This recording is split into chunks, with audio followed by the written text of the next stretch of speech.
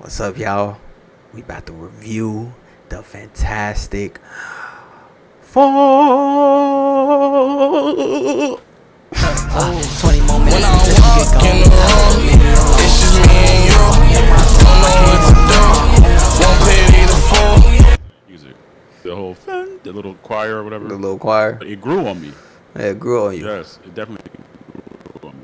All right. wonder- John might be a little bit lagging some points, but hey, you'll get through it. It's his first time, so. But John, go ahead. Your YouTube. The Great Expanse by Jon Bap 426. Holla at me. Yes. And how many sons you got? I got red sons. I got blue sons. That's a reference to Raw and SmackDown to all you that aren't in the know. I am the godfather of JCW. It's the ring. Which one? That one or that one? Don't matter. Or your allegiance. I am the godfather of JCW. Yes.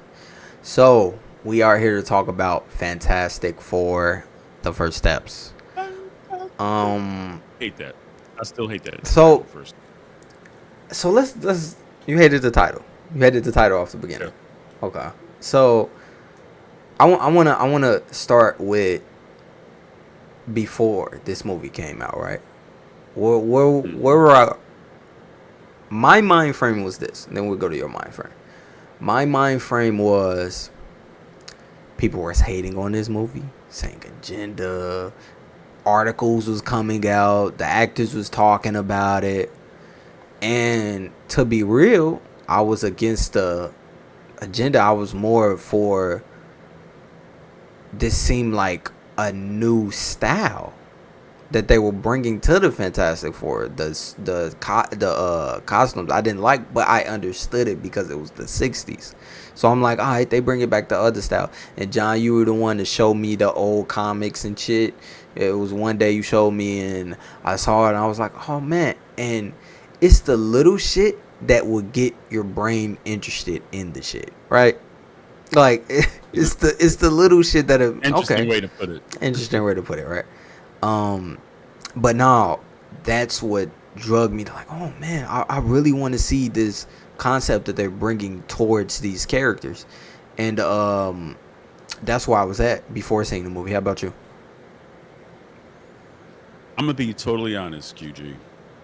When I saw the teaser, I gave it a C. I thought it was average. I did not think this movie would be good at all. I did not like I'm gonna just put it all out there on Front Street. I didn't like the Thing's voice. I didn't like the casting for Johnny Storm.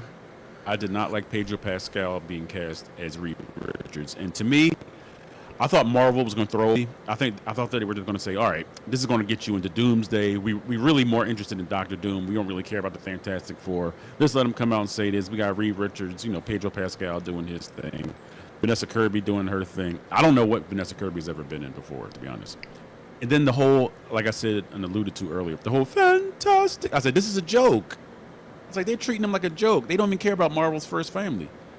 But that, and there was a whole lot of negative press about this movie. Like you said, QG, saying stuff in interviews. Joseph Quinn is saying, like, this is Johnny Storm because he's like a wizard. He's like, that's not cool anymore, is it? And I'm like, what's this about? Joseph Quinn is a Brit, you know what I'm saying?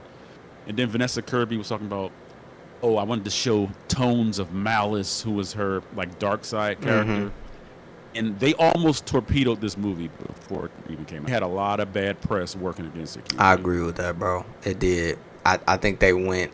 But you know what? Looking back at it, nah, they didn't. They knew it. The fans were overreacting. Like, I don't think it was bad. I don't think they put it out. Because it's the same thing with James Gunn's Superman, right? Which we should do that too, right? I just feel like it wasn't like James Gunn did some dumb shit before that movie came out. I think. Wait. What do you mean before it came out? What do you think he did that was dumb before it came out? I mean, calling Superman immigrant when you know what type of climate is going on. I'm just talking about making money, right?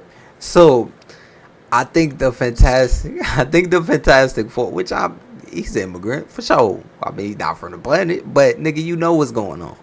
So with this, is like I don't feel like they did ultimately what would turn fans off into before going to see it. I just think fans were at a mind state that weren't going to change, no matter what. That's fair. That's fair. Yeah. So that's why I think they did good actually, in hindsight. Now. I'm gonna piggyback on your point here. I agree with everything you said, and the fact that the Fantastic Four was sort of out of the forefront of Marvel, the MCU, which is the Marvel Cinematic Universe, kind of enters no kind of fan base group. So it was almost like, all right, let's just throw them in. That's a name. Maybe some people know it. Maybe some comic book readers will come to the movie. The general audience does not know who the Fantastic Four, and that sort of unfortunately gives a green light to producers. You know what I'm saying, it gives a green light to producers and directors to just do whatever they want, and nobody will know the difference. You know what I'm saying, yeah, that's my biggest gripe with Eternals. Like, people love Eternals. That's that comic book shit though. Right, let's not go there. See, let's save this. Okay. Let's save this. I got you. All right. So look, we gave our opinions before seeing the movie, what we was leading up to. Now let's get to that movie. Let's get okay. So. Oh, wait. Can I say what my grade was before the movie dropped? What you thought it was gonna be? Yeah. Okay, go ahead. What grade I thought it was? I was optimistically thinking this was going to be a B plus. I was around yours. Now, okay. Now the first teaser, I had no hopes whatsoever. But after the trailers and I saw how they played everything out, I said this could be a B plus. I thought the strength of it, Qui-Gon, had to be a good sci-fi picture, not necessarily a good comic book movie. It had to be a good sci-fi picture. That's how I thought going into it. I was around you. I was around B. That's why I really thought it was going to be a B. People hated on it, and it was going to actually be a decent movie. Mm-hmm. Okay, so Definitely. where do we start, bro? Do we start from the beginning? Do we start from the? Let's start with this. Okay. What shocked you the most, John? That's a loaded question. That is a loaded. That is a loaded question, man. You basically six in the chamber, rolled the barrel, and said, "Here, take the Lex." I'm so shocked. Oh my god! All right, I'm gonna try to bring it in. I have so much that I want to say about this movie, Qui-Gon. I'm shocked at how. I'm gonna be abstract at first, okay? I'm shocked at how good this movie is. I'm really shocked by how cohesive the story is. It's not really campy, even though these outfits look kind of campy. They look kind of weak, to be honest with you. Like, the Thing never wears a shirt. Oh. So, I mean, he very rarely wears a shirt. Yeah. So I'm like, all right, are they kind of cheesing out on the special effects? They don't want to have his, rocky body be visible the entire, movie or whatever. I am, Qui-Gon, surprised at how much the uniforms didn't bother me in the movie. Now, when I first saw them, I was like, oh, these uniforms is kind of weird. Because there was so much shit But going during the on. movie, yes. Okay, I'm gonna start there. I'm gonna try to keep it small, kiddo. I'm surprised that forms actually had utilitarian purpose. In other words, they worked well for what they were supposed to be. Did you say the cast? Say it again. Say the what? Say that statement again. I said the costumes are very utilitarian. In other words, they work and function exactly how they're supposed to function. I agree. Qui-Gon, they did not bother me at all. I didn't even really notice the uniforms. Besides the fact that they're ready to go to work. You know what I mean? Like, one point they're on the stage at Ted Gilbert's show, which is basically take off the old Ed Sullivan for you older viewers. Ed Sullivan is kind of the person that brought the Beatles to America on his show, and Ted Gilbert is basically the equivalent of Ed Sullivan.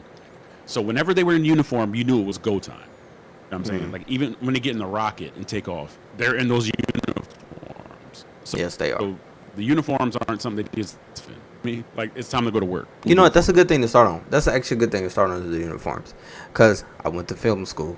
So I know, not a film school. I went to film class. There you go. So I got some different things Okay. that I'll take about out of watching film, right? So that's a good thing to start on. Start small. The costumes. So you gave your opinion about the costumes. I think the costumes with the story, it blended so well. It blended almost Yes. perfectly, bruh. And people hate on. I'm not gonna say people. Minority of people hated on the thing and the way he dressed. Majority of people liked it, and I'm with the people. I like it. I'm with the majority that like his style, not his style, but yeah, his dressing style, the little slacks he wear sometimes, the little coat on with it. Bro, Yeah, the sweater vest. he used to Yeah. be a human. He wants to be human. Yes. Qui-Gon, he's still human at his core, even though he's a rocky creature. He's a Still a human. human at core. Like Qui-Gon, we don't naturally even though sometimes I wish I could. We don't just walk outside in our briefs or our boxers. Yeah, That's weird. yeah, So it makes perfect sense. yeah. Like, We'll go to he's jail. a person. We'll get locked up. Well, okay. I mean, technically in some places. I've seen the video, bro. It was crazy, but so I loved it, bro. The way he was walking, his style. I'm like, I actually feel the thing. I actually feel the thing where he was coming from. With his clothes, with the writer putting his the type of clothes that he had on. I actually felt that. And I felt like that was a good add-on because the other things didn't have that. So I think that was a good add-on, and it's subtle, but it hits. It hits, and Okay, now I will say this though. Don't forget your point. Okay, I will say that the first thing he did wear clothes sometimes, like when he went out. So, okay. So I'm talking about the 2015 movie then, and that 2007, and that 2005. I can't believe it's about Fant Forest Stick. Yeah, Yeah. that's the thing I'm talking about. The 2005 and the 2007 one. He did wear clothes he sometimes. went dripped out like this though. Yeah. He wasn't that formal. Yeah. All right. So next thing that we're gonna get on. Can we give grades for the costumes or? Let's give grades. You go first. I'm gonna give the uniforms a solid. I'm gonna give them a B minus, and that's not a negative grade. It's just that I think they work just fine. They don't really pop as far as, oh, look at those great uniforms, but they work. So it functions. You know what I mean? It functions well. So I give them a B minus. I'm gonna actually give it a.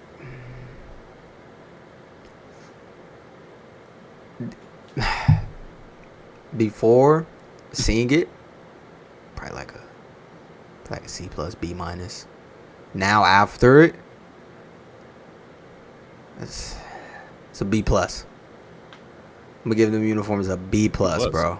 B plus, bro. Cause around us, the movie in general made them costumes mean more, and that's why I upped it. I upped it a level.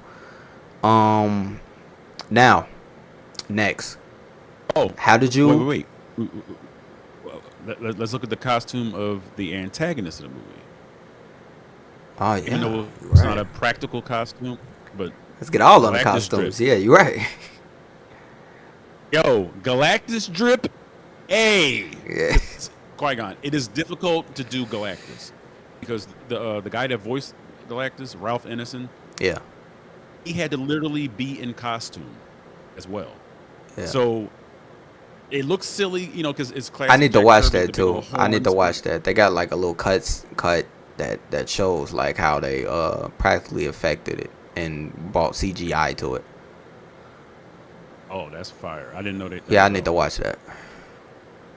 But it's a blend of practical effects, CGI effects. This dude looks like Galactus. Like, Qui-Gon, I don't know if they could have done it any better. I believe the Fantastic Four costumes could have been better.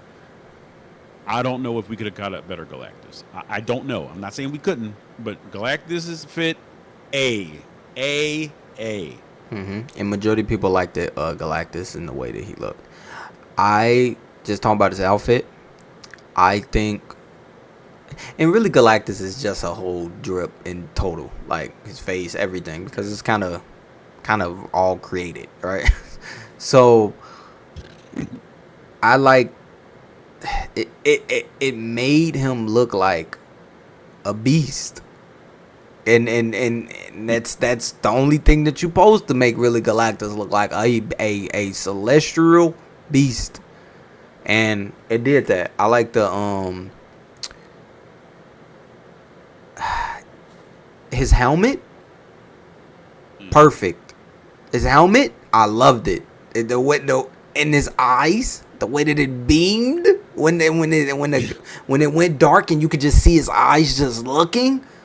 Oh man, they did it good. The only thing that Galactus I wish they would have done better at was, and this is, hey bro, this is me going more comic booky, bro. Cause this is You were going comic book? yeah. Now this is what, 2 weeks after watching the movie, so we let the movie digest, and this is a really real review that we given.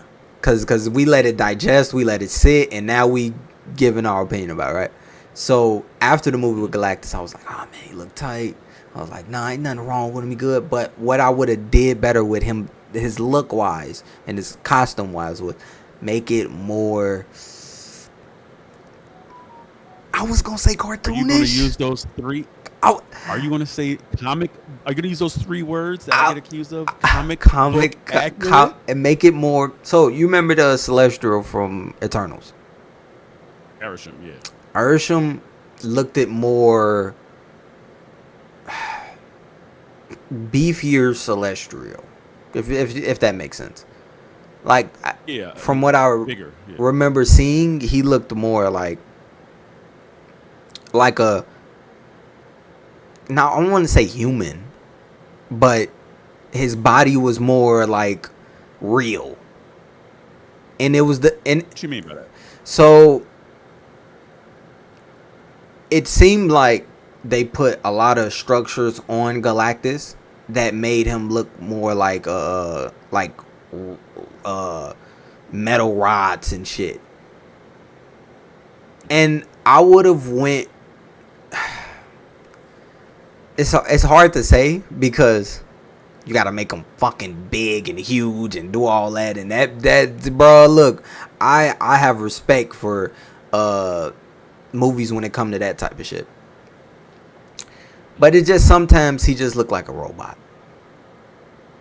Okay, that's His body parts, not his face.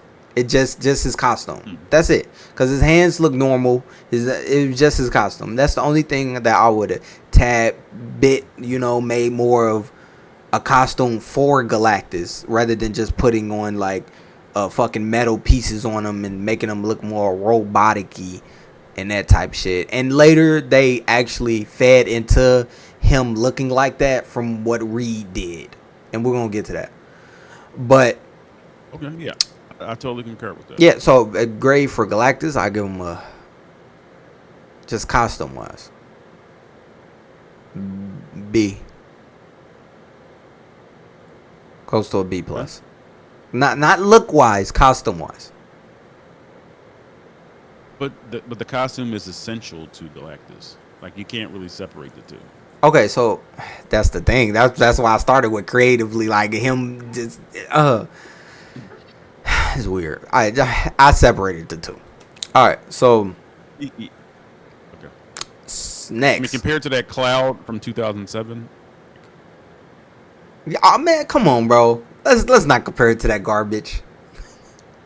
Okay, all right, but I'm gonna go back to what you said, and I'm not gonna make the video too long. I'm not gonna ramble too much. But the Arishem Galactus comparison is more difficult to do Galactus because Arishem doesn't even have a face. Exactly. It's just it just has a big stack with 6 eyes on it. Yeah. So he was all CGI. Galactus, they have to make him an organic being, even though he's immense. Yeah. So that's why I really feel like Galactus, you know what? Outfit, which is Okay. So this I felt I wanted more color from him. Okay. With the costume, I wanted more color to pop. because my memory in this comic book, right? My memory of Galactus. Oh, Okay. Let me throw comic books out. Throwing comic books out. Just him as a I don't want you to do that. I don't throwing want you to do comic that. books You out. should be Just honest. throwing comic books out. No, let me be honest. Let me throw the comic books out and be honest. Throw that shit out and just grade it as for what it is, right? Probably give it like a B plus, A minus, for what it was. Yeah. But if I'm putting that comic book bias into it, it could have did better. But it's only the colors. Okay, Like, we're it's gonna only be the stuck color on here. scheme Let's from the move on. comic. We're gonna be stuck on here. All right. So let's get on next. Let's start subtle and build up to that main course. So let's talk about the score. We did costume. Let's talk about the score. Oh, Yeah. I'll let you go first. So the score for me, bro, going into it, I liked it. I liked that little orchestra they put out, and they did the theme, and I heard that it was a little snippet. It was like a 9-second snippet of it when they put it out, because they couldn't legally put it out yet. And when they put that out, and I heard that little 9-second to 20-second snippet, maybe it was longer than that, I was like, oh, this shit is something. This I knew it was something then. I was like, nah, I like this shit. I was like, oh, this sound like some superhero shit. And I was really liking that shit. But man, when it hit in parts in this movie, bruh, and then I'm playing it in the car now. That could tell you how much I like it now. I'm playing this shit in the car. It had some bum bum bum bum bum. It's some part like bum bum bum bum bum bum, and it's just parts of it that is, what's the word? Riveting.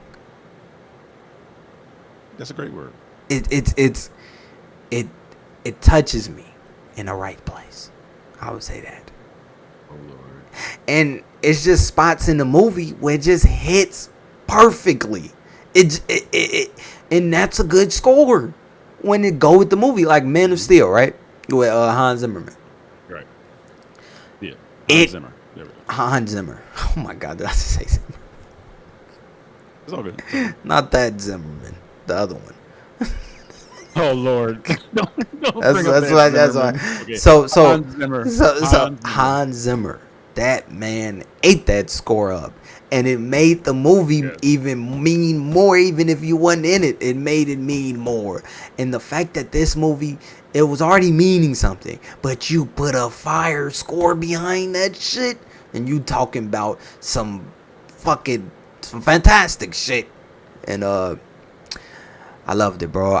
I personally, we'll get a grade at the end. You go. Right. Michael Giacchino was the composer. He also did Rogue One. Michael Giacchino, he's done a lot of stuff. I heard he did some Batman. Did he? I heard he did the Batman 2022. Oh, the Batman. Yeah. Yes, he did. Again, I want to make sure I don't come across as glazing this movie. The score was, I love your word too, riveting. You know the little one part of the trailer where it's like, boom, boom, boom. I'm sorry, I can't say that. Yeah. That's the part. Qui-Gon, when they fit it into the movie, it's when Sue and Reed are having a touching moment where they're trying to check Franklin for anomalies. Now, he wasn't named Franklin at the time, and so Stu takes Reed. It's a tender moment. You know what I'm saying? She takes his hand and puts it on her stomach, and she makes her stomach, and he can look down at the music. Quiet music hit perfectly. Yeah, it was subtle though. In utero, he's looking at his baby clearly in utero. It's such a touching moment. Like Reed almost forgets about everything else, and he's just fascinated with this little tiny life that's being. And that music, Qui-Gon, boom, boom, boom, boom. Yeah. It fitted so good. You're taking me back Qui-Gon, to the movie. It fit the scene, sir. Fit the scene so good, and the fact that the music, I don't want to say it goes over the top, but it perfect. It seems blendless. Let me say this correctly. It blendless. Oh Jesus, I can't do it. It seamlessly blends. There we go. Blends seamlessly into every aspect of this movie. It fits the aesthetic of the movie. It really feels like it's an old school movie. But I will say this though, all we get is Earth 828. We don't get a year. Yeah. So is the present 828 just an old school aesthetic? That's Just throwing that out that's an there. interesting I'm not theory. saying what. Right. So like, didn't they show like I said, the Ted Gilbert guy? Mm-hmm. The show feels like a real show. I'm like, wait, am I watching a real show in this movie Yeah. about a movie? So it's almost like Inception. And It's they like I'm kept watching a showing real they show kept showing the inside of a crowd. movie. Yes. They did that on purpose. And then I they think had a they little- showed it like 3 times. I think so.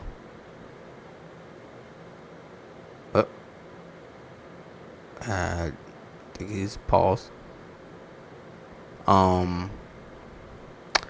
They showed it a lot. They showed the part where it was the crowd theater, and when I was in the movies watching it, bro, I was like, damn.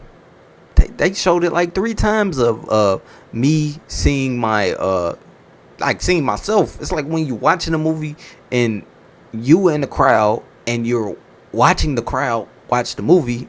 It's crazy. All right, John, you back? You feel like you're part of it. Yeah, I'm back. Okay, good. What happened? All right. So you were talking about we were talking about the crowd seeing it and the little stuff. Yeah, it's like you're watching. Right, you're watching a TV show about the characters inside of a movie. yes, Qui-Gon, that master writing. You're all invested in a TV show while watching a movie, buying it. yes, Music. Oh my god, the music punctuates. That's the word I'm looking for. Punctuates this well. I'm gonna let you go. punctuates it. So this the grade for me for this score, bro. When I think of scores, I think of Avengers, Assemble. I'm thinking of superhero shit, Superman shit, Batman shit, Now I gotta add Fantastic Four to that shit. God damn, I gotta add Fantastic Four to that shit now. Oh, I forgot Spider-Man, Sam Raimi. Now I gotta add Fantastic Four of 2025. The first steps to that shit. Okay, I'm gonna say this. Let me throw this in there. Which of those superhero themes actually has the words of the character in it, though? So I like when Batman's hitting, the old None. Batman. Like None. they don't do that. None do. This one, they're actually saying. This is the only one actually. Fantastic. This is that's a good catch. This is the only one actually. Now that I'm thinking of. This is the only one, bro. Yes. And unless you're thinking of Spider-Man. I'm not But going back that's- that far. Because that's a sing-songy song. Yeah. I mean, so- And it is not a movie and it's not a score.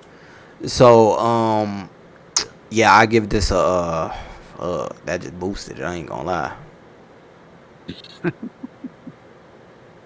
Give it an A minus, a strong A minus, strong A minus. I got the same grade. I got the same grade.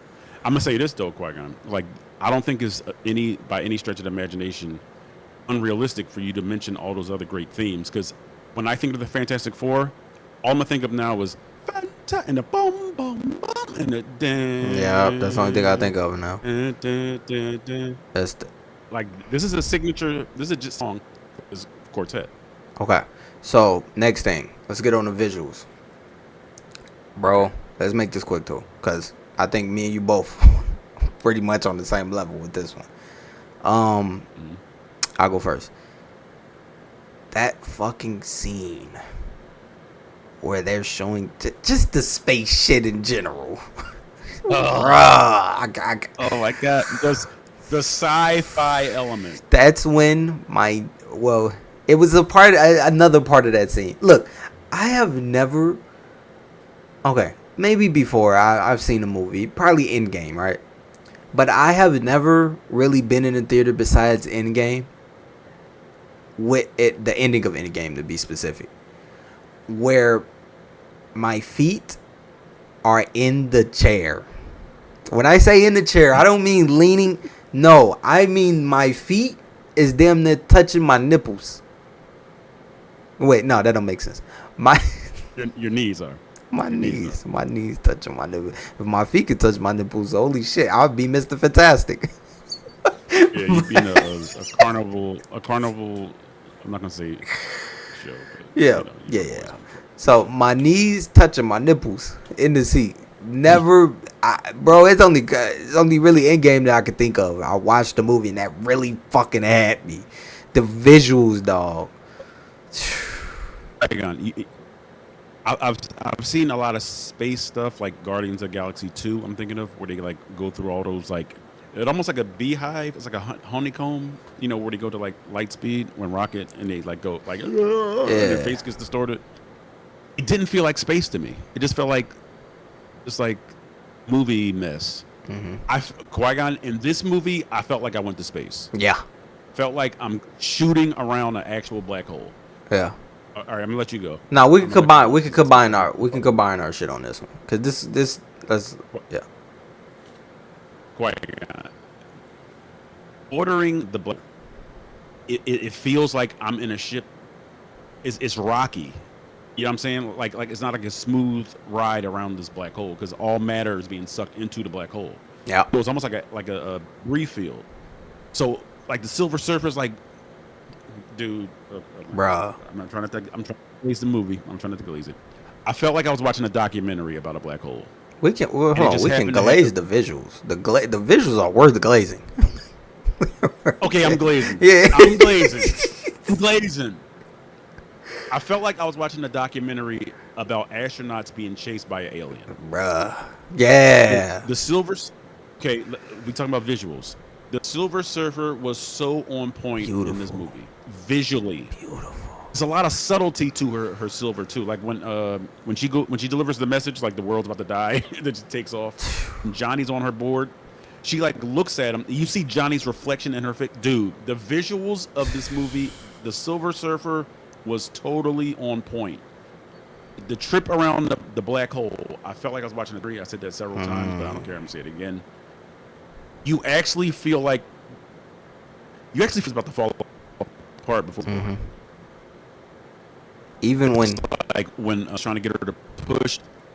yes, the pushing part, bro. Even when the ship, even this little shit, when they about to take off to go, I think, see Galactus.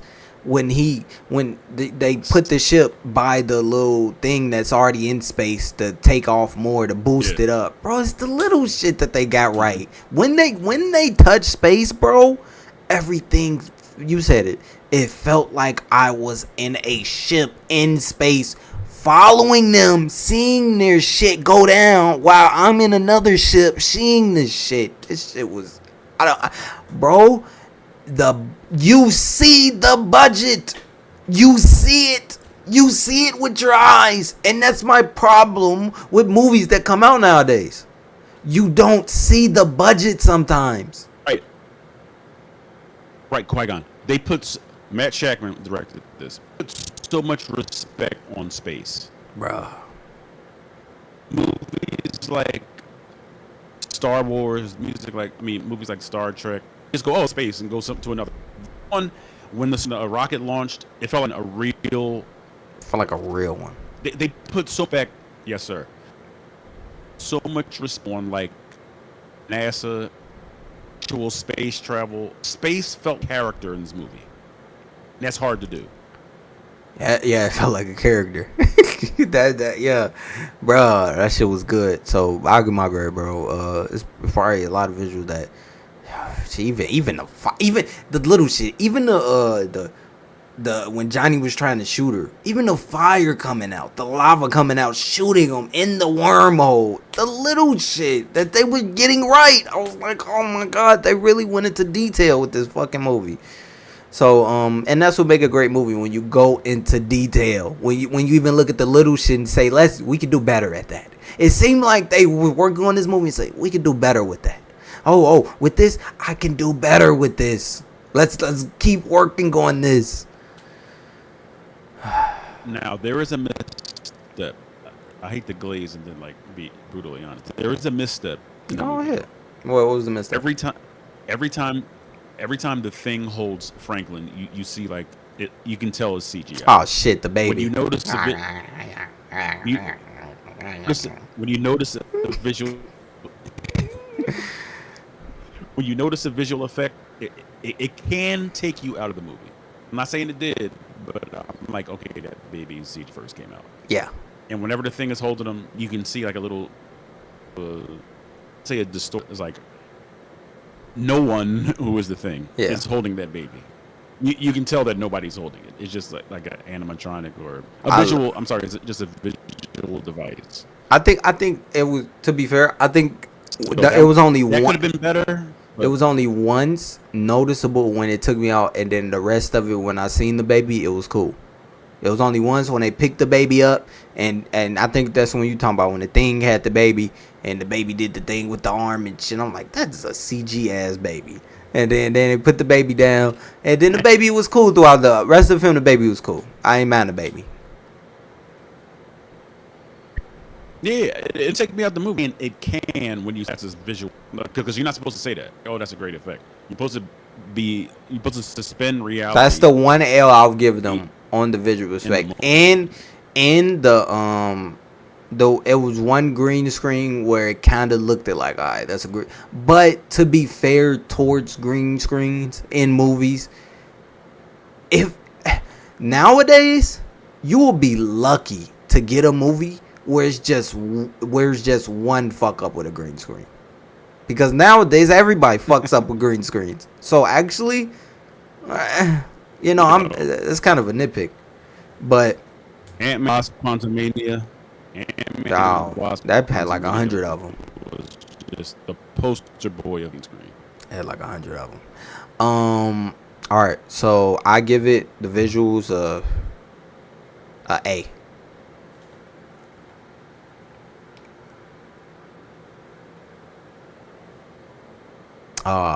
John, you're lagging. I want to give it an A leave plus and join because of that back. around the star, but to take into account that you, man, how about Yeah. sound now? All right. Yeah. Yeah, but for me, Be back at this commercial real quick. yeah, I think just leave and come back. Yeah. So for me, A, bro. I might switch the grade actually to an A plus. I think I will. All right, John. See how you popping? Finna get to the last part here. Are you there? Testing. Went a little hear me? slow. Yeah, you good. Yeah. All right, so let's get to the last All part and get this over with. So I give it an A plus. The visuals. What you give it? I'll give it a solid A. Give it a solid A. Okay. So now, we gotta get to that and that. All right, let's combine the two to make this quicker. So we're gonna combine 2 and 1. We're gonna combine the story with the characters. So we're gonna talk about the story and the characters together. So by doing that, let's talk about. Let's get this out the way. Let's talk about the robot. How you feel about the robot? Feel about Herbie? Herbie? Yeah. Like I felt of like R2, but maybe not as charming as R2. The fact is basically Reed Richards' assistant. Like when Reed was saying, it's time for new protocols because the baby's coming. The robot, Yeah. the character, GC, putting all those safety plug outlets. So he didn't have too much screen, like nowhere near as much screen time as Crypto. He's just a functional droid. Oh my god. I thought Herbie was feel a little more as well. See what I'm saying? Yeah. Don't even compare this nigga to Crypto. Holy shit. Yeah, I thought he was cool. Give him for like he did exactly what he was supposed to in the movie. Actually, I like this. I like the robot character. He was the family. He was a built robot to help the family out when the family needed him, and he fucking did his job. And he didn't do extra shit that he wasn't supposed to do. Right, in the space shuttle when they're trying to escape the Silver Surfer, he like gets into his little socket, saying like he's not the one shooting down the Silver Surfer, but it's like when they need him, he's like, Herbie, help me stabilize the controls. He just did functional stuff without being an OP robot. I agree. I give him like Kirby just for character. B minus. I'll give Herbie a solid B. Okay, nice. I like the things that he did. Now let's go to the Thing. A lot of people hate on the Thing because they feel like he should have did more in the movie. True, he could have done more, but you could say could have, would have, and should have about everything you see in life, everything you experience. Oh, that could have been better. Oh, she could have been prettier. Oh, this could have been better, without going into details. It's like you can do that all day long. I feel like the Thing was a strong presence. He showed that he is still bothered by the fact that he's a rock creature. He's like walking past that TV store where they showed a picture of him when he was human, and then like the image fades and just his rock face is there. It's a lot of storytelling with that scene, Qui-Gon. It is. It's like just even though it's CG rock face thing, it's a lot of emotion. There's a lot of regret and remorse in that scene without no word being spoken. So that's great storytelling right there. Yes, I agree. For me with the Thing, were you done? Oh no, like I said, I can go all day with the Fantastic Four. Yeah, that's what I'm just trying to make it. Trying to have this around 45 to 50. But for me with the Thing, like what you said with the subtle TV shit. When I saw that, I was like, oh, I actually felt that part. I was like, damn, he really missed. He missed it. But that's the part about being a fucking superhero. You can't show that to the public. You gotta be a hero to the public. And that's what I fuck with for who wrote the Thing's character in this. Because they was like, nah, I ain't gonna.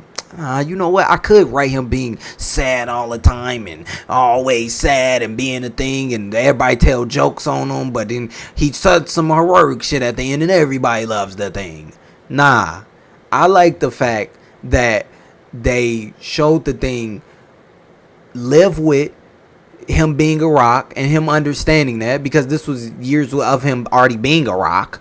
So he understood it, and he was like 4 years. 4 years already being a fucking rock, and he understood it, and he lived with it, and he wasn't depressed, but it was times where it showed that he was actually fucking depressed on the inside of his fucking rock heart. He was depressed, but that's the reason why. It took the school teacher. And it took the school teacher to come up to him because he's like he probably Rachel. Mm-hmm. Like, remember he came to the synagogue and all. She said, "You're looking for spiritual guidance." There's still an apprehension about speaking to girls, but remember, before he even became the Thing, Reed Richards was like, "This is Ben Grimm. He's the best pilot." He goes, "Thing, you mean?" So he used to be kind of a flamboyant bull, but now that he knows that he can't flamboyant about his appearance anymore. So it's shown even then. It's subtle, not like holding up a big sign saying he's depressed. You got to read into it. You got to read into it, and that's great storytelling to me too. I give the Thing overall as a character wise, I give him a B.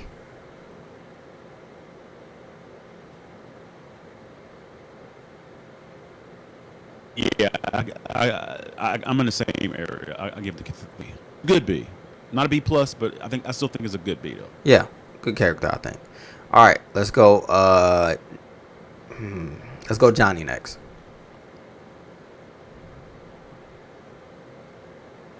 You want to go? Okay. So you can go first. This is. You go first. I did not feel seeing Johnny in trailers and shit, seeing how he looked. I'm an open-minded person, so I'm naturally going to give him a chance, right? Naturally going to give him a chance, right? Unless you on some Miss Marvel shit, then I won't give you a chance.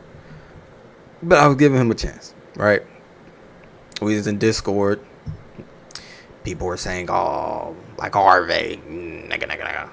People were saying, hating on him and stuff like that. and saying he wasn't gonna be, it's not my Johnny and all that type of stuff. Let me tell you something, bro. He is arguably, I wouldn't even say arguably, he is the heart of this movie. I can't agree with that one, but I believe he's the heart of the movie because while them two motherfuckers is arguing, Johnny is the one. Well, the Thing is helping him out with words and shit, and then he doing this shit. That's why I like the Thing character. But Johnny was the one that felt like an underdog, and for heart to me, you gotta touch my heart. You have to touch my heart while watching the movie. And that's why I think he is the heart of the movie. He literally touched my heart from being the underdog, from people saying like, they were just showing him off sometimes. They were just like, whatever, Johnny. Dude, let's get back to our tech shit. And then the things that he were doing, and when he did it, he pop up in the room with the paper. He just pop in. I got it. I found it out. And it was done perfectly because the previous scene it was shooing him off, and then he got into his bag, and it was just scenes where he just get into his bag and dive deep into it, like I'm gonna do this, I'm gonna do that.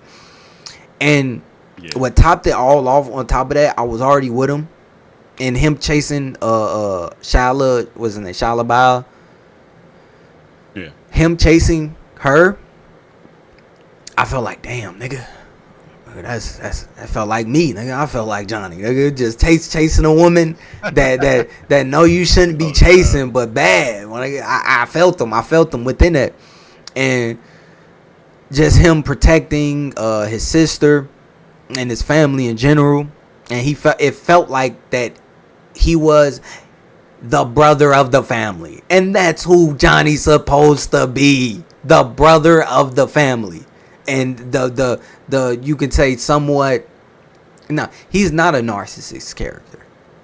He's actually a character that has masculine energy that people would say, but it's a good masculine energy. It's an energy that you supposed to have as a man. You supposed to have balls. And this man Johnny got balls, and it led to that ending when he said, "Tell Franklin I love him, bro." And it was I felt that part. It was a build up to Johnny, bro. I love Johnny, bro. Chris Evans took a shit on him. He took a shit. He put his pens down and he said, "I'm gonna shit on your character."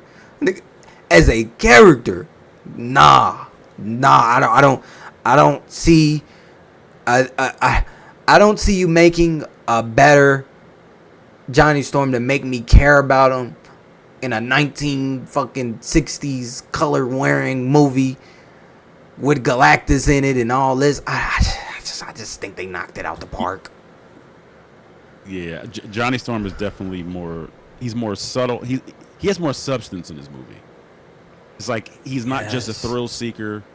You know, earlier in the movie, you know, the Invisible Woman is like, "Hey, girls, he's single." You know, before he becomes the flaming dude. And even when he goes past the billboard, where it's like half his pants are down on the billboard, and there's like flames coming around. Like he is a little bit of a narcissist. This one, his narcissism is kind of like, I want to say it like levels out. It's like he wants to prove to the rest of the family that he can do important stuff, mission aside from just flying and burning stuff.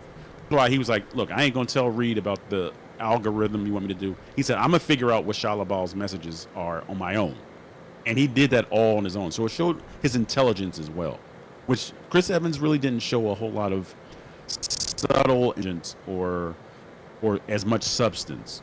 Does that make sense? What I'm saying? Yeah. So I give his character, it's an A+ to me. A+. I love Johnny's character, dog. I loved him, bro. Okay. I loved his dialogue. Every time he said something, it gave to the movie. It made the movie better. Even this little subtle shit that he kept on clowning the thing with. Even the jokes was hidden. The thing. What time is it, Ben? What time is it? Dinner time? That was funny. And then he had another funny scene I can't think of right now, but it was some funny shit. Even when he was in the sky with him, say the thing, Ben. Like, say it. Say it. I don't wanna, Johnny. I don't wanna.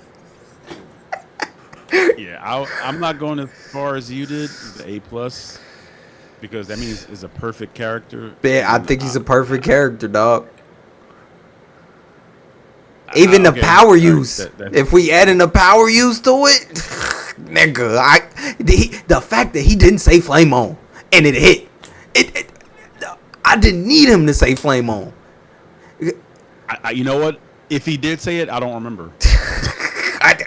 I was just engrossed. I was just that made invested. It more. Like, is it just me, John, like, or the fact that he just flamed on when they needed him to? Like when Reed just tapped him, and he just went. He knew what time it was.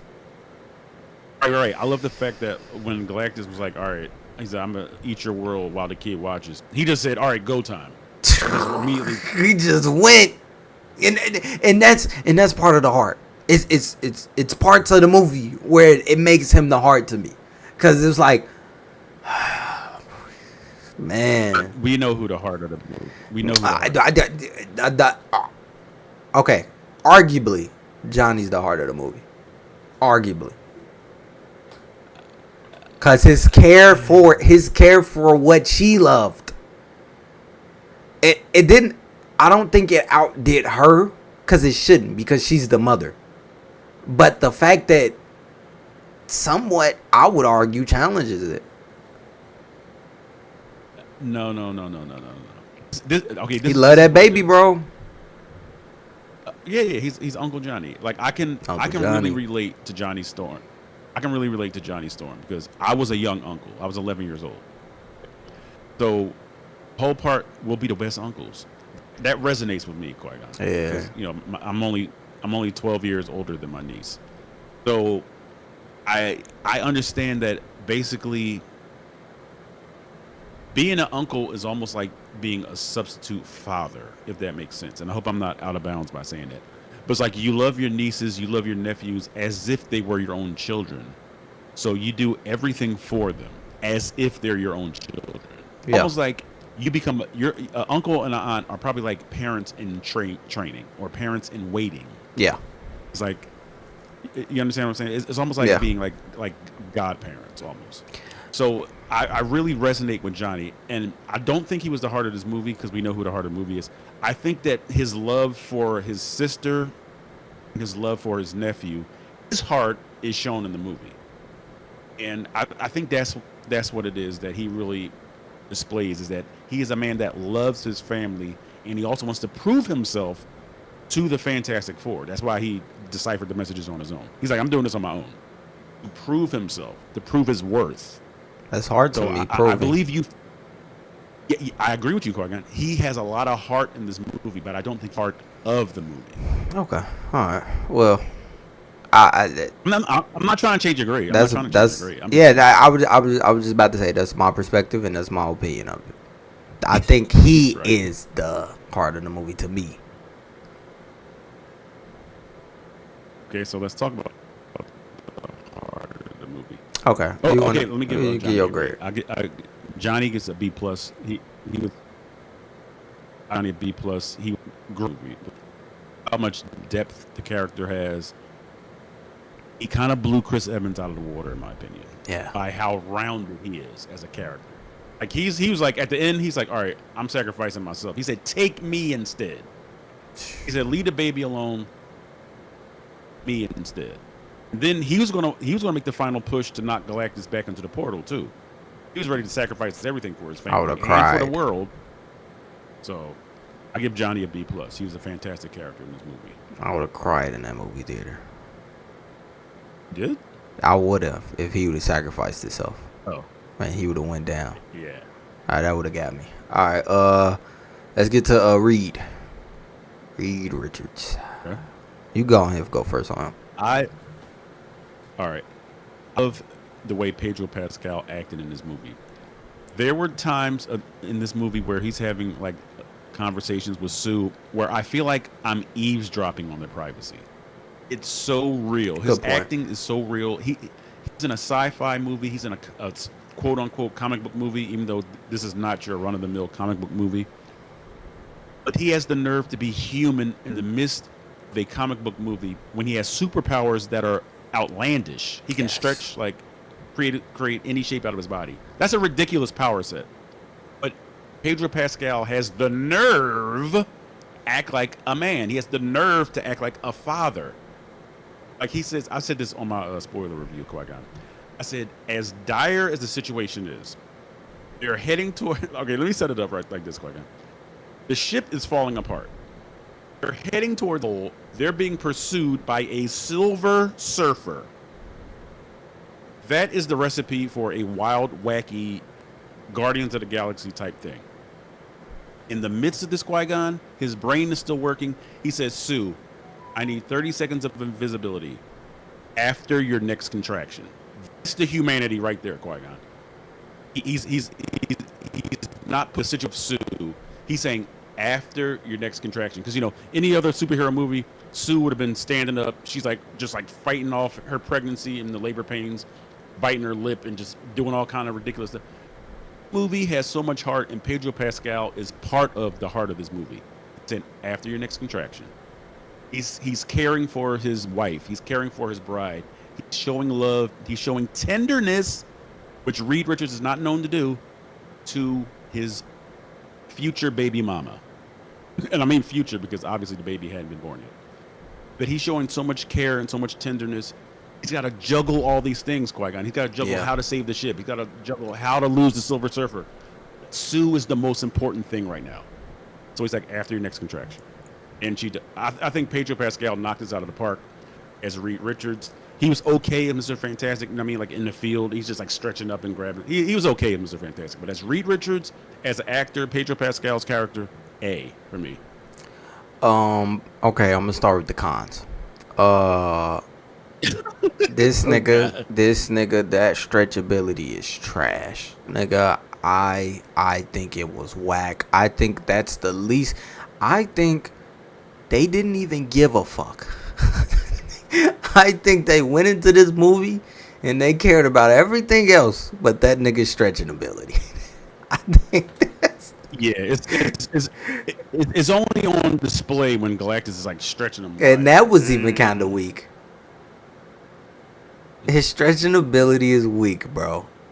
Now, if he's gonna be in Doomsday, fucking give him better stretching, my nigga.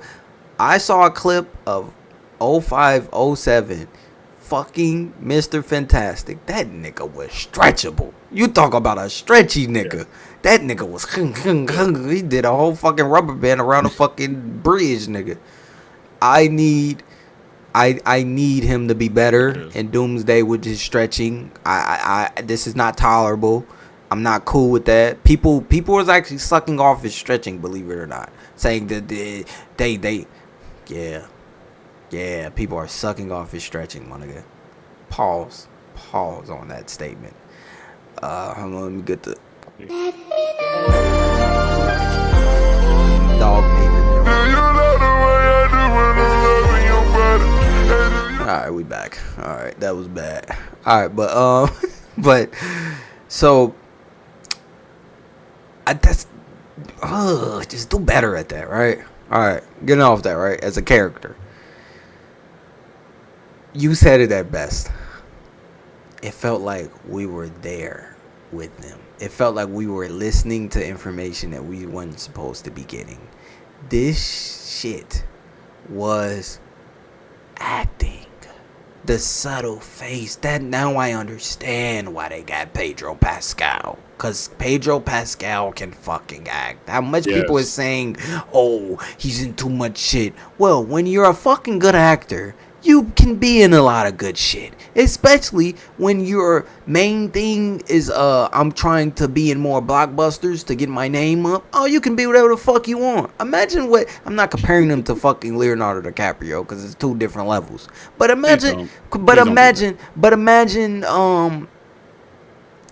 for example, and I think Joaquin Phoenix is above him, but Joaquin Phoenix. Easily. But Joaquin Phoenix can fucking be in whatever movie the fuck he decides to, because he's fucking Joaquin Phoenix and he can act. I can see Joaquin being a lot of shit and people being like, oh, he's in everything now. So whatever. Long as you can act and it works out. And to me, it worked out. His facial expression that he was giving to Sue, the little shit looking over like, and then the looking at the baby shit, like, I might get that baby away. It's just the little shit. Not knowing he won't. No. He won't. Okay. Right. He won't, obviously. But it was the little shit. It was the fucking with the theater brain shit. Like, what is he gonna do? What is this? It had me in the theater like, get that baby up. What about when he thought Sue was dead? What'd you think about his acting? Could have been better. Could have been better. I'm gonna be honest. You didn't buy him. Like, come on, baby, stay with me. Like, remember, he's still an awkward nerd. Could have been Like, better. Could have been better. From what I seen in the movie, could have been better. Could have been better. I'm gonna be honest, bro. Could have been better. Could have been better. I actually gave it to the subtle words the thing gave more over him.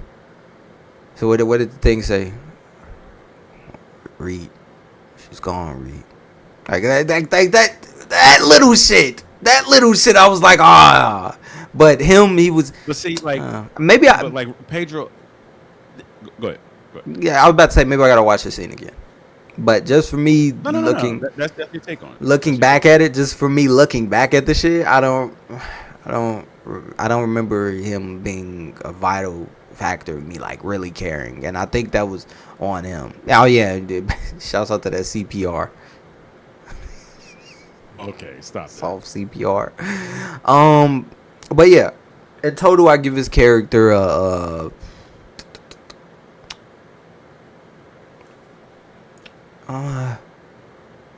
give it a B. Okay. That's why I said I believe that Pedro B plus. Reed Richards, but not Mr. Fantastic. I agree. B plus. All right. Now let's finish. We're at an hour and 2 minutes right now, so let's try to hurry this up. While I say that, let's talk about the story.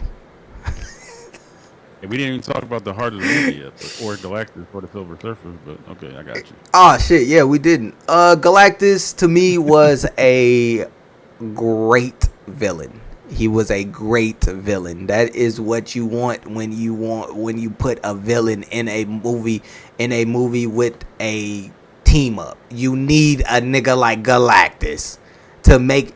But remember, Galactus isn't really a villain. He's a feature. Now he's an enemy because obviously we don't want to be eaten, but he's really not. He's really not. I'm just saying. Like when he landed in New York City, he's not punching at the Fantastic Four. Like, he did knock the car out of the way, but it's almost like somebody's shooing a fly. Like, he's not doing power blasts. Like, but he's the villain of the movie. Kill y'all. He's the antagonist. He's the antagonist. Okay. He's not. You know what I mean? Okay. All right. The antagonist of the movie, villain of the movie, to me. He was a great villain, bro. He brought, and it could be argued he's not the villain because what he said, right? Anybody that does try to take a baby out of a woman is the villain. Anyone that does that in the movie is the villain. That tells you what I think about his character. This character is it's top 5 MCU villains. I put it there. Put him 5. Put him 5. Really? Yeah, I put him 5. It's 4 better than him. I'm gonna leave and come back. So I'm lagging again. Okay. Okay. Yeah, but it's 4 better than him. Give it to 5.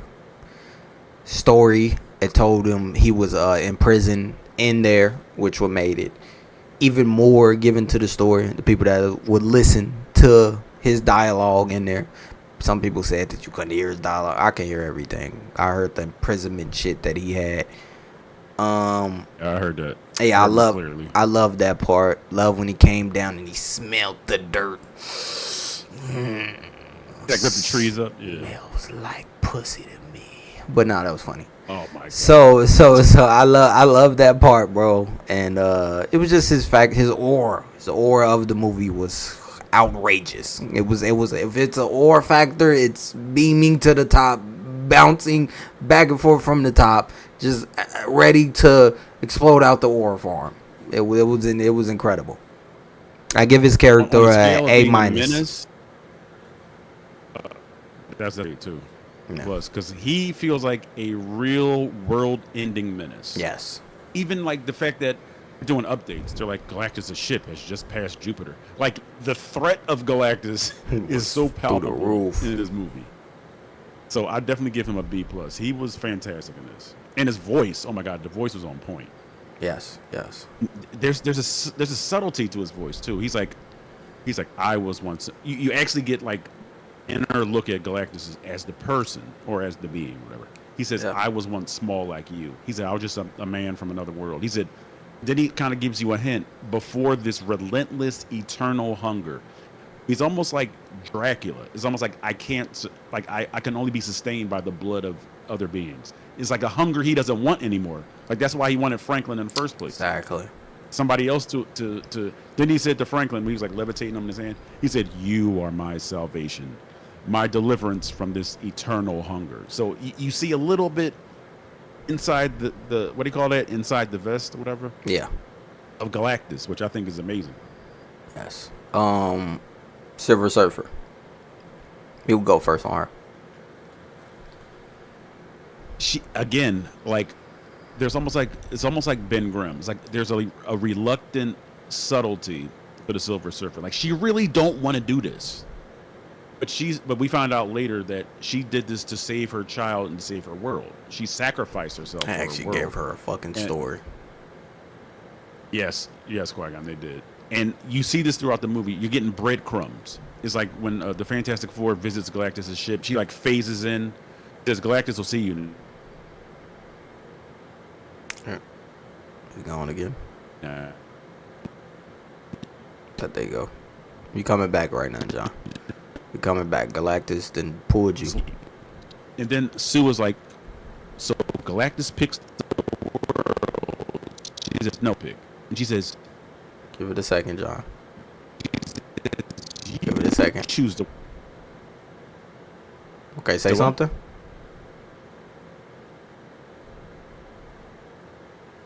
Oh yeah, that lag bad.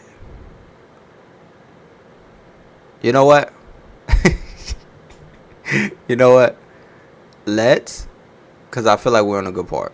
Silver Surfer is a good part, and we yet to even get to the fucking story. Yo. We can hear you a little bit. It's laggy though. No. A little bit. Okay, so what did you give your grade on Silver Surfer yet?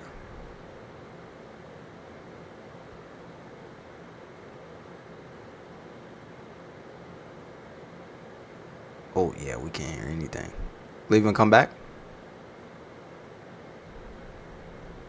But I think I'm gonna stop it now, and we're gonna come up with a part 2 to this Fantastic Four spoiler review, and the second part will be the story.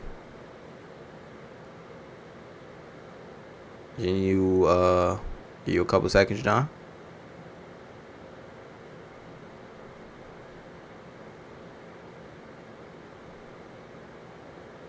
See what's going on right here. Waiting on Jon Bap. Yeah, I need a yeah, that's what. PC. Yeah, it's cool. That's why we doing this, dog. Yeah, see, that B plus for Surfer. B plus. There you go. For me, I give her B plus. I'm with you. The story that they gave her, bro, I didn't expect for that story to even fucking happen. That's why it blew my mind when it happened. I was like, oh shit, they gave this bitch a story. So yeah, Oh, good. yeah, I like that part, bro.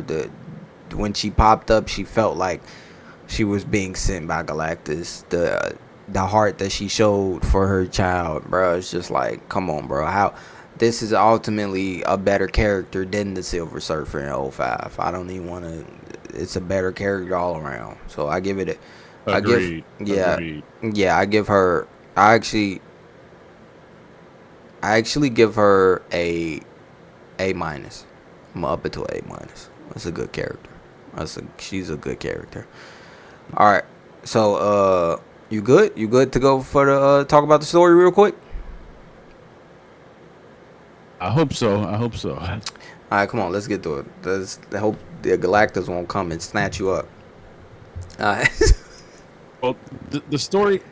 Funny thing is, Qui-Gon, they give away the whole movie in the trailers, but they really don't give it away. Like, you get the beats of the film, like, you know Galactus is coming. The Herald of Galactus, the Silver Surfer, arrives and says, hey, your planet's about to be destroyed, and the Fantastic Four have to come up with a way to stop Galactus from destroying the planet. Yeah. Basic story. Oh, it's true to comic books. It's true to the cartoons. The execution of this movie, Qui-Gon, is The execution, bro. We're introduced in the very beginning by Ted Gilbert, the TV show host. They run through their origins, done in narration. Gilbert, buy it, your invest show within the movie, like I referred to here. Yes. Each is basically like we see who these characters are before they eat the Fantastic Four. We see that Ben is the greatest pilot. Johnny is a young thrill seeker who Sue is trying to pass off, and she said, you know, he's single. And the only thing we see about the origin in real-time footage is the thing punching the door off the shuttle after it crashed in the ocean. The pacing of the first act, Qui-Gon, is immaculate. Yes. It's immaculate.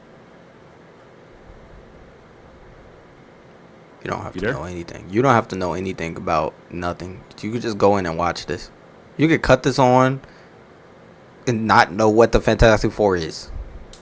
And bro, I'm telling you, bro, the watchability of this movie afterwards, like from 2-3 years from now, we're gonna look back and we're gonna be like, holy shit.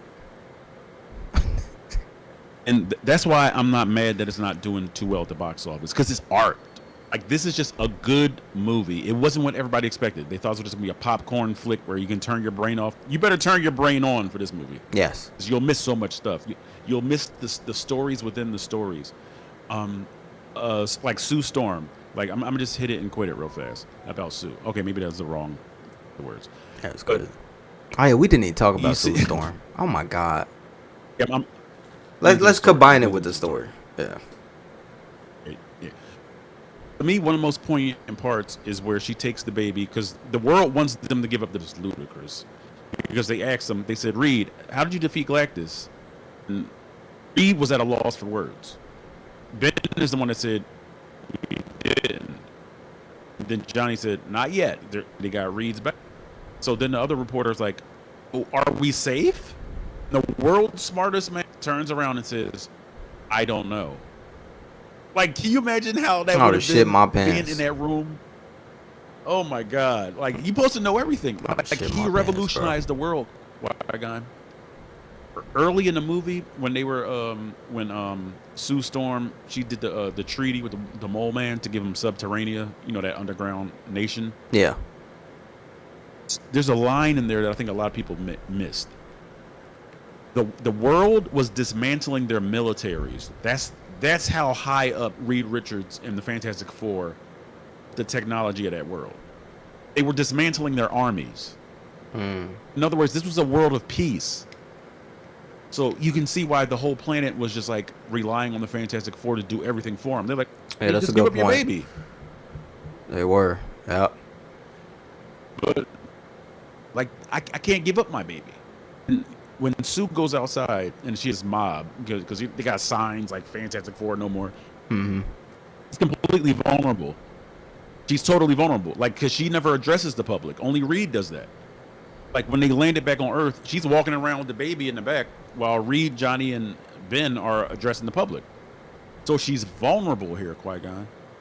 I mean, I don't think anybody was stupid enough to throw a rock at her, you know what I mean, or like to attack her. But she go out there with just her and her baby. So But she's it even even- more vulnerable now because she got an infant with her. It Go even ahead. it even made more sense of, like, to add on to your point, it even made more sense of them showing them relying on the Fantastic Four so much that this whole world was basically built off the Fantastic Four. So by the end of it, when they had to help out the Fantastic Four, it fucking makes it even it makes me feel like, okay, I can buy that. I can buy that they do that because they built the fucking world. Right, that's the Fantastic Four world. Yes. But and like that's a great montage too. There's a whole lot of great montages. Like when Reed says, "We know we got to do the protocols because of the baby on the way." I love that montage with Herbie, Ben and Johnny getting accustomed to the Baxter Building with all the baby amenities in it. And then we see the whole world like galvanizing to help bring about Reed's ridiculous. Come on, man, teleporting to Earth. That was ridiculous. Such a ridiculous plan. We're gonna teleport the. I guess a lot of people just glazed over it. I guess he assumed it was going to work. They didn't know if it was going to work or not, but they believed in the Fantastic Four, Qui-Gon. Yeah. They believe so much. So, Shouts out to Sue Storm, bro. She was the I'm gonna bring Yes. back to like a character real quick. Sue Storm, bro. She was the heart of the movie. the writer's heart of the movie. Stop it. Stop she that. was she Stop was that. she was meant to be the heart of the movie. Why are you? Hold up. But Why are you Johnny throwing in, snatched it away. Prepositions. It's No. because Why are you that throwing Johnny in snatched it away. prepositions? No, he did not. No. You could say Johnny stole the scene at the end. No, he didn't. How? From what she did, and think about it, all the characters are there, and Johnny was the one that made me feel the most out of all of them. She's on the ground. I don't make him the heart of the movie. It does to me. It hit, bro. Okay. And We'll when he just- brought up we'll just when he agree to when he disagree. brought up that baby, bro, that baby, and he risked his life for that baby. It took my soul, bro. Took it. And it said, I'm gonna give it to you back, but after the movie, you can have this soul back. Oh, okay. Well, okay, good. So you felt more from him saying he's going to sacrifice himself for the baby, sacrificing her life for the baby. Yeah, that's crazy, ain't it? Oh my god. That's crazy, ain't it? That's how much, but John, that's how much dialogue means, and acting. I think the dialogue and the acting made me feel more. In the build up, it was a build up to him saying that. It was a build up words to meant her. more to you It than was actions. It was a build up to her doing it. Go say it, but him. Maybe I'm being biased because the dude is cool. He's a cool dude, bro. Maybe that's where the bias comes in. But I just felt more. I just felt more, dog. He was a cool character. Cause she was more like a mom, you know. She's a mom caring for her child. While he was. Maybe I'm being biased because I'm a man. You know. Okay. Yeah, okay. Because I'm a You're a I man know and that you're Sue's funny you're movie. doing Sue Storm. Nah. Come on, man. Come on, Qui-Gon. Stop that. The love for killing Silver Surfer, like when she said Johnny, kill her, and then And she's a mother. he Endangering her baby. and he did it. He thought he killed her, and it was the fact that he even coming back to Silver Surfer after fucking up her head and saying, and what he say to her, I think he was still on fire too while he said it. And he said he looked at her. He said, "I'm just trying to save my I'm just world." trying to just like you save saved my yours." world. Ooh, that was some cold line. That was a cold line walking up on it like that. I'm sorry, bro. I think Johnny had better dialogue than her. But her acting, like Vanessa Kirby didn't have it. I don't know if she had as much Oh, dialogue. her as acting Johnny, was but better. She's acting.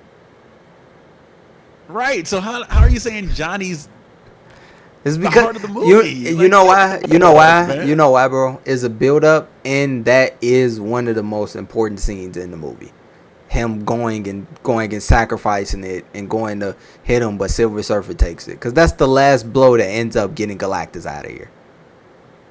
So okay, so Surfer made the sacrifice, Sue Storm made the sacrifice, and yet Johnny's the heart of the movie to you. Stole it. No.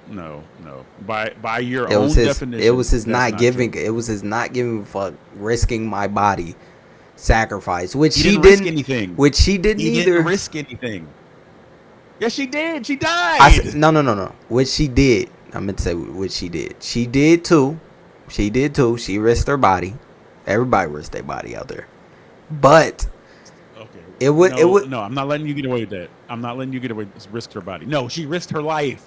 She didn't risk her body. She risked her life. Risk your life, risk your body. Same shit. It's not the same thing.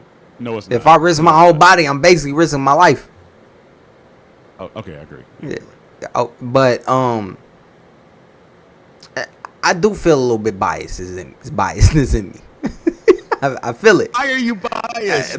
Because, Why? bro, okay, think about her story. All right, let's talk about Sue then. All right, maybe I'll see why I'm biased if I talk about Sue, right?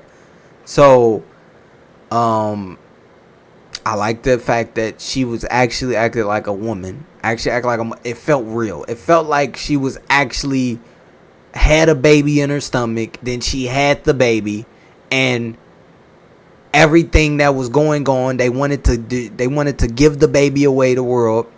It felt like she was actually being a mother. It didn't feel like no acting shit. Nah, it felt like a real it felt like a real moment. That's how good her acting was. That's how good her acting was. That's how good it was. It felt that fucking riveting, right? And Good word. And Johnny Killer, that little shit, that fucking ate me alive. And then fucking holding the baby after the baby's being born. Oh my god, the music playing like you were saying. And her dialogue. Okay, what about her doubts? What about her doubt when she's giving birth? It's not supposed to be like this. You know, but Franklin ain't supposed to be born on a spaceship. That was good. She's like, it's not supposed to be like. She's like, everything is going to change. So her desperation made her contradict herself in the beginning when she said nothing's going to change. But now that she's actually in childbirth and she's actually giving birth like a real mother instead of a superhero going, all right, they give 2 pushes and then beat Galactus in the Silver. Nope, this is a mother who is travailing on the table. Real mother. Oh, and like, it's not supposed to be like this. And Reed has to comfort her, something he isn't comfortable doing. Because he's a scientist. He's a big brain guy. He's not really I actually like Reed acting in that scene a lot. Okay, but you only gave him a B as a character, though. I think it could have been better. Did you just use that's the a good character. Reed is a good character. B is it's a good character. No, I upped it to a B plus actually. Johnny's? I upped it to a B plus. I upped Reed to a B plus. You gave Johnny an A plus. He didn't miss. I mean, look, bro. Oh my God. Look, bro. Her dialogue with Reed, which is I think her best dialogue, when she said, "You didn't." What did she say to Reed? You sometimes being you hurts me. Great line. All the hitter line.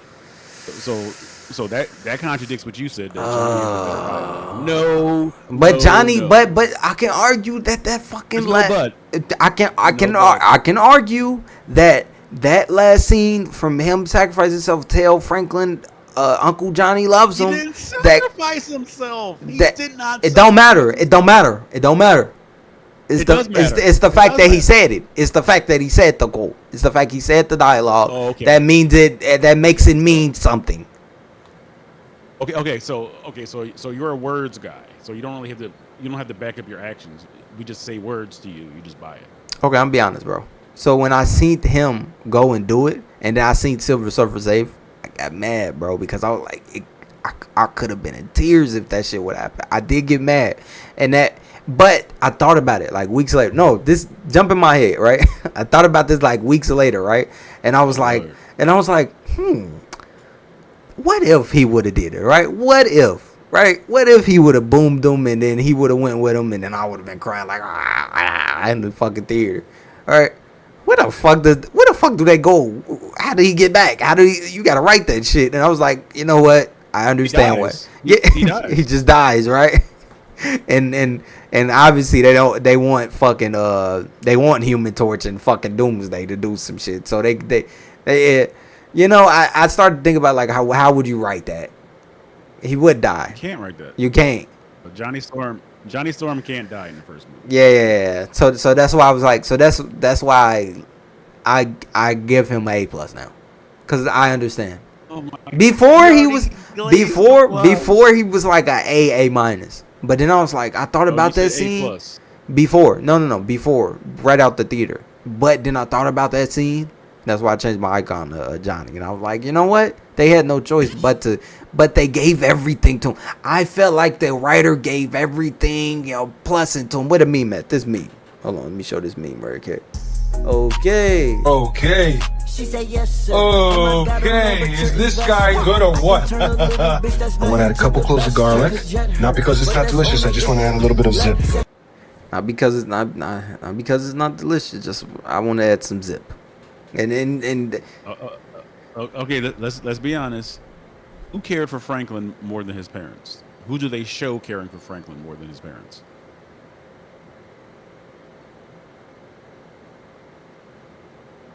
That's a hard question. That's a hard question. It's not a trick question. It's not a hard question. You said more than his parents. Most of the movie. Oh, the thing. I mean, yes. So he did more for caring for the baby than Johnny did. Herbie too. No, Herbie never carried the baby. Herbie. He did. He protected the baby. He protected the baby. They did a little switcheroo. Oh man, and that little talk he gave him. That little talk when he put the baby back in. And then he talked to him. I was in my seat. I was like, "What the fuck you doing, Johnny? Go, leave." The talk. Yeah, the little talk he gave the baby. No. He was crying. He just said, "Johnny's gonna be back." You know, like Uncle. Yes. Uncle Johnny's That's gonna be not back. a talk. And that's what. And you know what? I'm glad I just unlocked that memory, right? Cause now that is what made me care more, because that little talk he had with the baby. That little scene that he had with the baby, that he went back out there. Listen, there is a biasness here. There is a fucking biasness here. Why? Okay. Why are you biased? Because the silver, because it adds on top of the Silver Surfer. Not only that, not only him loving the baby, it was all for the Silver Surfer, him falling in love with Silver Surfer, but also knowing I gotta kill this bitch. But him being the underdog, it was a lot of shit that they gave Johnny in this that I loved. Yes, they gave him a lot, but there's really only one thing that they gave Sue. Okay, enlighten me what the one thing is they gave her. What? Two. Loving what? Story wise. Loving that fucking baby. Loving that baby. It's a baby. Being a mama to that baby. It's a baby. No. Being a mama to that baby. And the second thing, for me, two things that they gave me to really love Sue, right? The baby, that damn baby, and her loving and protecting the world. I love that factor. I love that factor when she gave that speech. Right. That's she had all the fire lines in it. So for you to say Johnny had the best dialogue, no, sir. I said like three of them. 3 dialogues that had me. Okay, I'm gonna go back. I'm gonna keep asking this question. Almost feel like I'm talking to Eve all now. How is Johnny Storm the heart of the movie for you? How? I'm telling you. Qui-Gon, I can see you saying he's your favorite character. I can see that. But to say come on, the heart of the No, movie. How? I said the heart. I corrected myself earlier. I said the heart of the movie to me. No, it's not, he's not Objectively, the heart of the movie is Sue. I'll give you that. and you can't. Okay, so if objectively she's the heart of the movie, she's the heart of the movie in every aspect of it. He was just your favorite character. Just say that. Just say yes. But we can go. Okay, you know more about films than I do because you went to film class. I honestly didn't know that, or maybe I forgot. You know she's the heart of the movie. I said that objectively, yes. There's no subjective then if she is. But I think the heart of the movie. But I think they gave more to Johnny's character than her. Oh my god. It's the baby shit, bro. I'm telling you, it's the baby shit. The baby shit is the biggest shit that they gave her. Qui-Gon. And that is the whole movie. That's the plot. Qui-Gon. Johnny does the least with the baby in this movie. With the Fantastic Four. I agree. He does the least. I agree. This movie is about. But even the least is good. Even the least is good in this movie because all of them care. I wish I could see your face right now. Even the least is good. The least is good. Even the least is good, bro. Just like these characters. Even the least out of these characters, the last character that I think is the least at the bottom. Okay, I agree with that. Yeah. Okay, I agree with that. Okay, so but, I'm not leaving this point. No. Nah, I'm down on this cliff, nigga.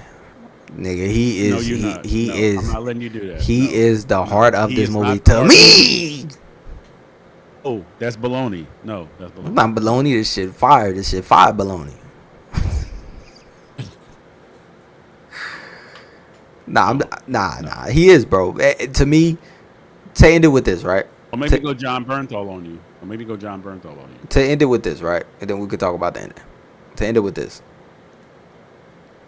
I think objectively,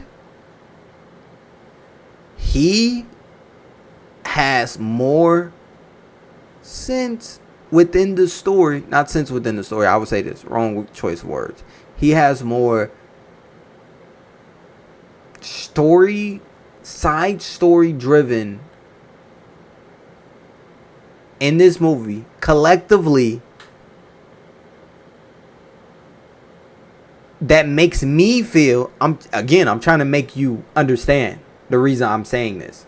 That makes me feel, that gave me, if I'm putting this to like a plate and which one I ate, you know what I'm saying? Sue had if we Thanksgiving, Sue was the turkey. And what's behind the turkey? Like usually macaroni and cheese for people that like it. Cranberry sauce, be a vegetable. Right. Okay. So ham. Now let's do this. Sue was a perfect turkey.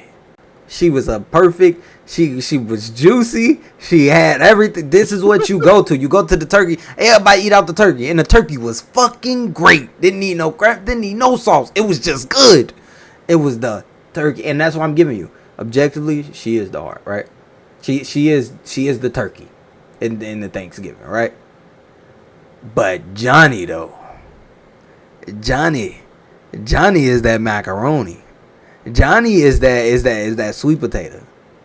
Johnny is that what else you want to go with? I can't remember. Cranberry sauce. Cranberry sauce. But what goes with the cranberry sauce? It's not meatloaf. What is it? No. Johnny is the dressing. Ham. Yeah, it is, and it's like a collective of those things. Okay, no. And he's one of those. He's one of the side. Come on, he's one of the side dishes that taste really good. Pause. Nah, he's multiple. Because they gave you multiple. Because they give you multiple things to like him. It's an ensemble cast. Reed and Ben are also other side. Johnny has more story than Thing. Johnny has more story than Reed. What? Oh my God, bro, he does. The Shia LaBeouf, him being underrated as a scientist, and him overachieving, and him He was sacrificing not himself a for the baby. scientist. Stop saying he sacrificed himself for the baby. He said he was going to. He was about to sacrifice, and then he looked at his fucking watch. He said, "Nah, Tim, fuck it. I'm about to level up," and he was about to do it. Out to. If she wouldn't have showed up, he would have sacrificed himself, and he would have Out to. died. He would have died if she wouldn't have saved him. Out to. If she, I know if about to, but answer this correctly. If she wouldn't have showed up, what would have happened, John? He would have ran into Galactus and he would have died because his fire meant nothing to Galactus. Come on, bro, don't do that, bro. He would not have saved that. No, he would have died. Through Qui-Gon. When through the oil truck spilled all over Galactus and Gyra, Galactus didn't even blink. He turned up. Died. No, Johnny turned up ultimate. He was about to turn up ultimate and hit him. And we know, comic book wise, how fire this nigga can get. Sorry, did you read 2 books? Alright. So look. He would have died. If she wouldn't have showed up, he would have died. Yes. Okay. And Galactus would not have been pushed through the portal. He would have sacrificed himself for nothing. He would have died. That's the thing. Him dying, him sacrificing himself. I mean, he could have. All that nigga needed to do was get tapped. Qui-Gon, they would have been the Fantastic 2 if he would have done that. Who would have been? Which meant a lot. He would sacrifice himself for the baby still. But it would have been a useless gesture. It would have been an empty sacrifice. That would have been heart-wrenching. He would have died for nothing. I agree. That's not noble. That's foolhardy. I think he would have tapped him and he would have left, and Galactus would have went with him. Qui-Gon, stop it. All he needed to do was be tapped. I think it was already. That nigga was already halfway in that shit. Silver Surfer has cosmic powers. Silver Surfer has cosmic powers. He's born of Galactus' own ability. Of course, Silver Surfer is strong. Yeah. So no, he wouldn't. He would have. It'd have been like a fly landing on your chest. He just went out. Johnny had done. That should have went out. Right. That'd have been that would have destroyed the movie if he'd have done that. Because that would that would have been. I would have started. I don't know what I would have felt, but he would have sacrificed himself. Okay, you were explaining. Bauta. You keep going with this Bauta. He was literally headed there, and he was picking up steam. Bro, hey, bro, I think he could have knocked him into it. Actually died. I think he could have knocked him into it. Okay. Silver Surfer actually sacrificed herself because she went with. And he was ready to sacrifice himself, even with him. Bauta. Yeah, but it was gonna happen. He said it. He said, Uncle Johnny loves him. Gone. That when you usually say I love somebody, that means I'm about to die. He's brash. That's why Sue wants him to get married, so he'll settle down and stop being such a thrill seeker. And that's why I love him. Remember, he said, "I want to go back." Hey, you know what, John? That's why I love him. He said, "I just want to go back into space because he's a thrill seeker." This would have been foolhardy. That's why the Silver Surfer's like, "No, I'll get out of here. You can't do this. I have to do it." No matter how much you want to do it, no matter how much you about to do it. And it was a full circle on his character. It was a full circle on his character. So stops the heart. Wasn't. In any stretch of the imagination, was he the heart of this movie? No, he was not. I think he had a lot of character. I think that he had a lot of character development by the end of this movie. Did. Yeah. Yes. But he was not the heart of the movie. He wasn't. They gave me more, bro. The only thing you can say with Sue is the baby. Stop it. I'm not letting you stop it. I'm not letting you. Yeah. I ain't giving up on it. I ain't letting you say Sue because I believe it's Johnny. No, it's not. You don't believe that. Yes, I do. I told you the You know reasons. better. I went in on detail. You know, no, this, those aren't this, good reasons. this. Those aren't good reasons. Those aren't It is good reasons. I'm telling you reasons on why collectively. Add them collective and put them together. It amounts to nothing. Qui-Gon, his biggest It amounts moment to was nothing. getting her to turn. That was a beautiful moment. That was an awesome moment where he got her It to helped turn. them win. And Qui-Gon, when he heard her speech, he wasn't even sure what she was going to do. So he didn't know if he was successful or not either. It helped him That win, shows though. a lot of heart that he had. And John, Yes, it did. I will take you what you give me, and I'll put it in a clip, and I will shoot you now. So, she, and when I was watching it, bro, afterwards, I was like, without Johnny, they don't win. Cause Johnny, I know. yeah, cause Johnny had to fucking say he had to switch her and fuck her head up just for him to come back to her like, hey, bro, I'm just trying to save my world, baby, and literally that led to her switching up and saving fucking Johnny and saving the whole fucking world, and it was all because of Johnny being that nigga. And that's why I was like, man, he the heart for me, bro. No. Oh my God, I don't know where you want me to put it, bro. I put it in every type of form. Now, what language you want me to put it in? You want me to put it in child above language? You want me to put it in? Just put it in reason. He's not the heart of Want me the to movie. want me to put it in? He's not. Want me to put it in Silver Surfer language? I don't know. What did she say to him? It was like, Die with yours.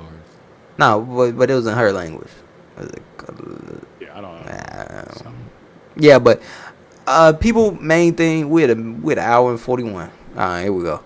So yeah. So people main thing against this movie was him coming down to earth and him getting defeated in the way he did. That was people main problem. That's a comic book issue, and it's a common sense issue because this is like a space god. The reason why I like it, and I'm not mad about it, is because this is more important than comic books. It's more important than superpowers or power. What they call it, power scaling. Yeah. This is the will is basically her will versus Galactus's, and her will won out because she said, I will not sacrifice my child for this world. She said, but I will not sacrifice the world for this child. She said that you all are my family because they thought she was just preoccupied with the Fantastic Four. Like, oh yeah, that's their family. Like, no, all of you are my family. She says we will fight this together. We will face this together as a family. She's addressing the world. I thought in the trailer she was addressing like Reed in the Fantastic Four. She's talking to the whole planet. We're gonna fight this and face this as a family. You know what I'm saying? Mm-hmm. So this movie. So I don't have a problem with her pushing. Okay, I'm not gonna say who, but they was like, oh yeah, Galactus got his A whooped by 2 chicks. Okay, first of all, the first one just pushed him. It's not like Galactus was like, oh, he was just pushing him. That's it. She pushed him into the portal, died. Then he came back out of the portal. Yeah. So her sacrifice was almost in vain. Yeah. So then the Silver Surfer had to bump Johnny out the way because his sacrifice would have meant nothing. It would have been empty. And she sacrificed herself. Which Johnny made her do that. But keep going. Yes. Okay, but I told you there were breadcrumbs that she was a reluctant herald of Galactus. She didn't really want to do this. That's why she told earlier when they arrived, I've come. She'd say that if she was some devil that wanted the planet to be eaten.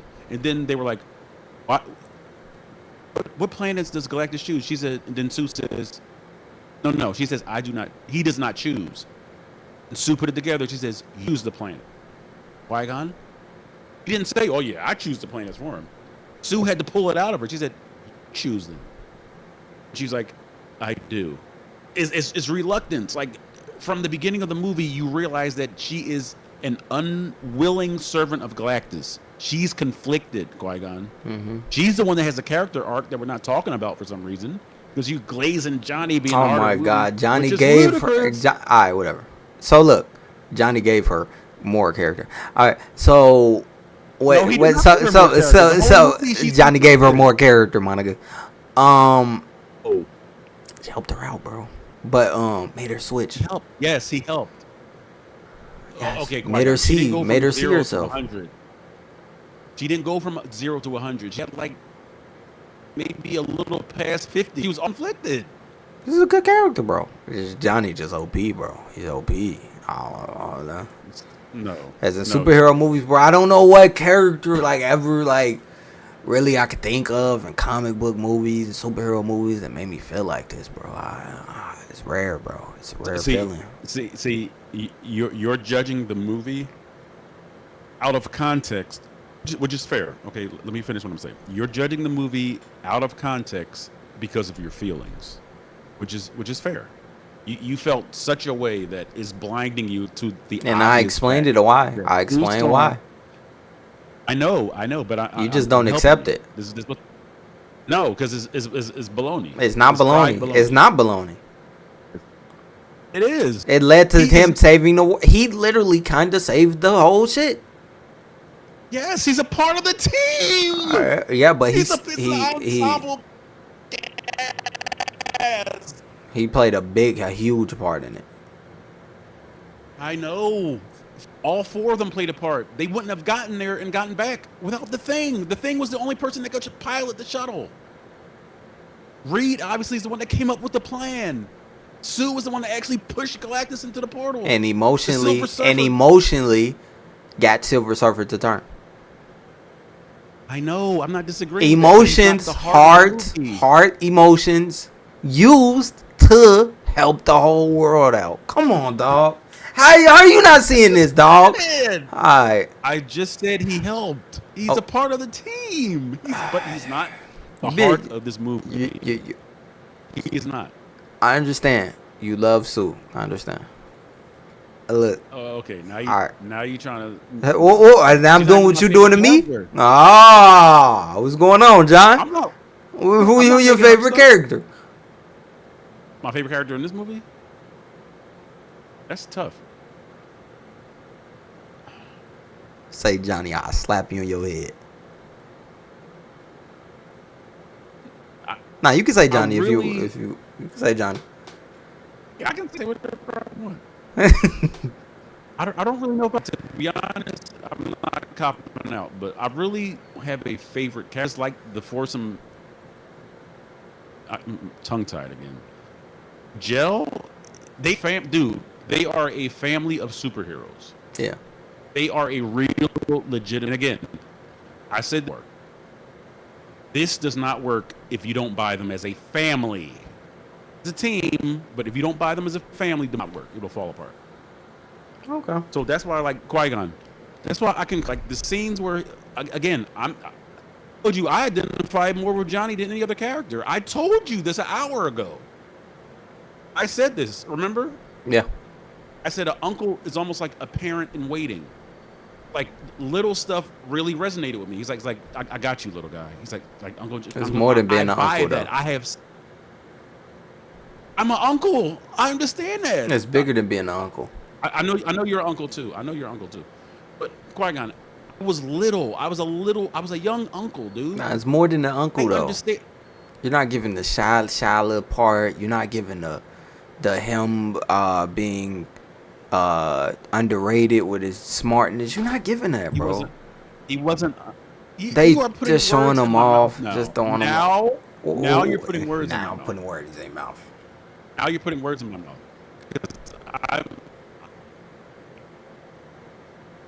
That identify Johnny, every other character in this movie. I said the points you brought up, because you're arguing a different argument, I had to argue against them. But just for what it was, I'm doing this for Franklin, dude. I feel that, man. I feel that. I understand that. My niece, who I said I'm only 11 years older than, or 12 or whatever, she's probably my favorite person in this world because not only was she my niece, she was almost like a little sister too. So I really resonate with Johnny. I understand, but I know from a film perspective, he is nowhere near the heart of the movie. He is not. He is, John. He isn't. He stole it, though. He stole it. He stole my heart. That's different. Okay, pause. But that's No different. pause. Like him being your whatever. That's different. That's subjective. He's your favorite character. He stole Yeah, your subjective. Yeah. priest said.